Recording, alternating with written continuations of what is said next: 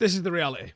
There isn't a lot of confidence in either of our first choice goalkeepers in light of Onana's poor form, poor decisions in terms of how he handled the press last week, and costly mistakes. You would have hoped that Altay Bayındır would step up, given the opportunity that presented itself in front of him, grab it with both hands and give us something to be positive about, or at least put pressure on Onana.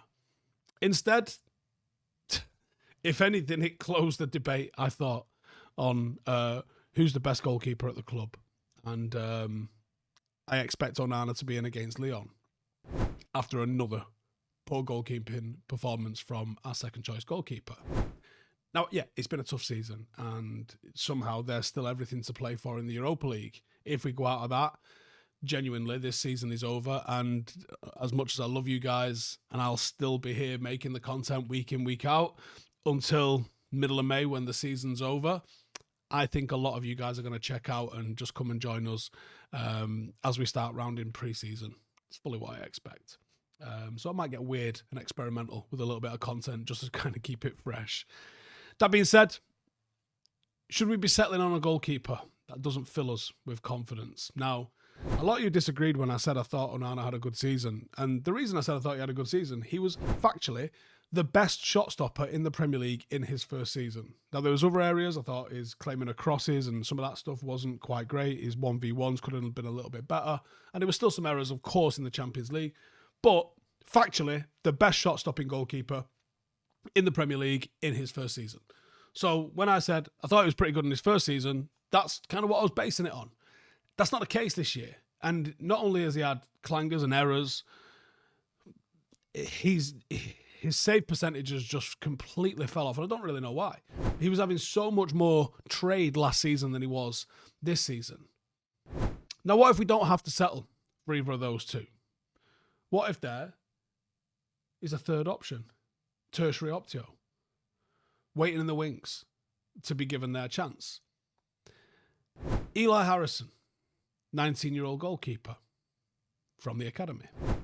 Circumstances out of his control could be playing right into his hands, emerging as a potential option for the first team amidst the struggles from both senior goalkeepers, Onana and Bayındır, especially with what looks like Tom Heaton's imminent retirement.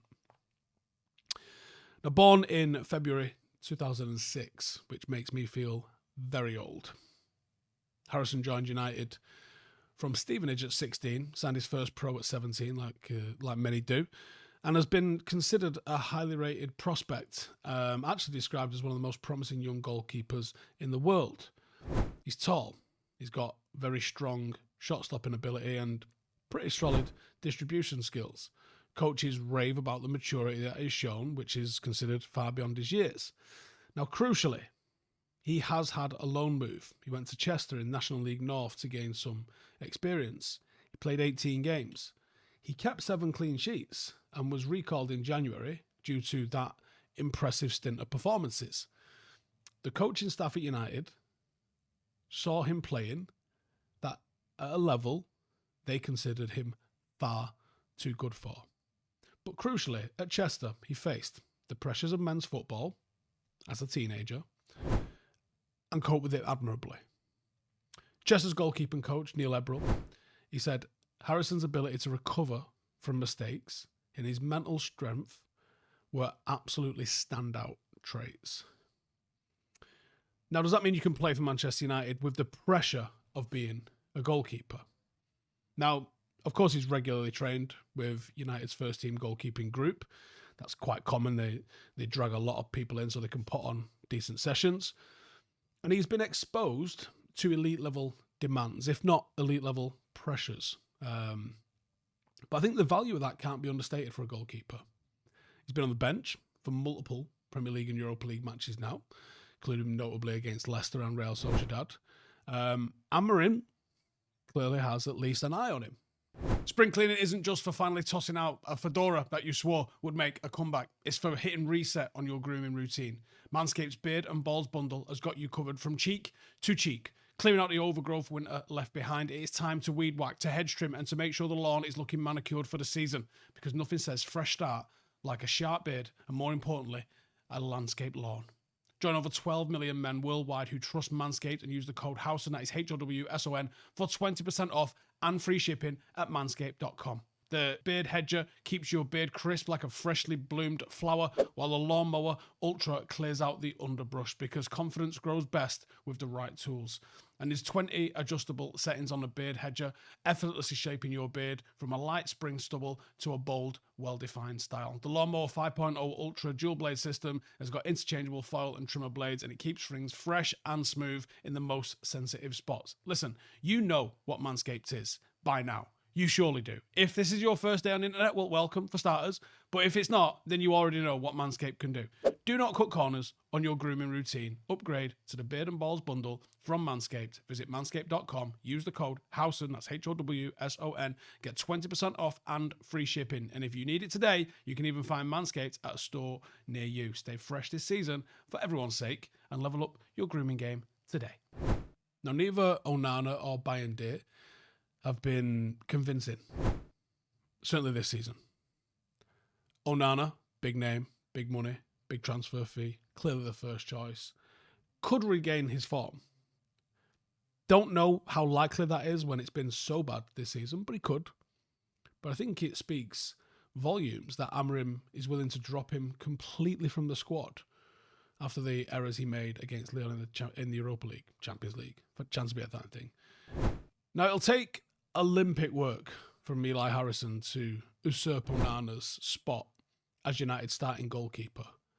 But if there was any time to see this being possible, this is it. Now, where's he going to get this chance? Well, I don't think it'll be the Europa League. While United remain in the Europa League, and while Manchester United compete in the Europa League, which might end against Lyon, so this could be answered very quickly, I don't think he gets an opportunity. However, should United continue to be going deep in the Europa League, I wouldn't be surprised to see him given a start in the Premier League. We're not getting relegated. And I think even if we won all of our games, we could probably get as high as 12th or 13th. So what's the fucking point? Do you know what I mean? If he's give Bayern a chance, away at Newcastle, which was a bit iffy, is there a more suitable game at home, perhaps against a team struggling in the relegation zone, where Harrison might not be a bad shout? Taking Onana's spot will be very difficult, but taking Bayern's spot might not be too difficult. Now, I'm not saying it's going to be easy. I think it's quite simple, but simple isn't easy. What Harrison lacks is top flight experience. A premature debut might be just what the doctor ordered. Might also put a massive dent in his confidence, particularly if he's at fault and the Stretford end gets on his back. But this is elite sport. It's all about putting competition in place and seeing who can rise to the top. I don't think a goalkeeper's likely with the amount of other issues that United have got this summer. So Harrison's probably got to make a real big decision. Does he stick or does he twist? Does he stick around and be number 2 if that's offered to him? Or does he go and try and get elite level experience somewhere? Does he see the struggles that Onana has had this season?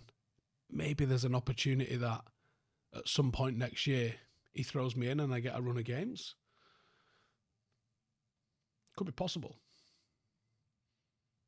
It could also be possible that Amorim is fine with Onana, thinks he can work with him, and was just giving him a break from the spotlight rather than, showing frustration at what happened last week.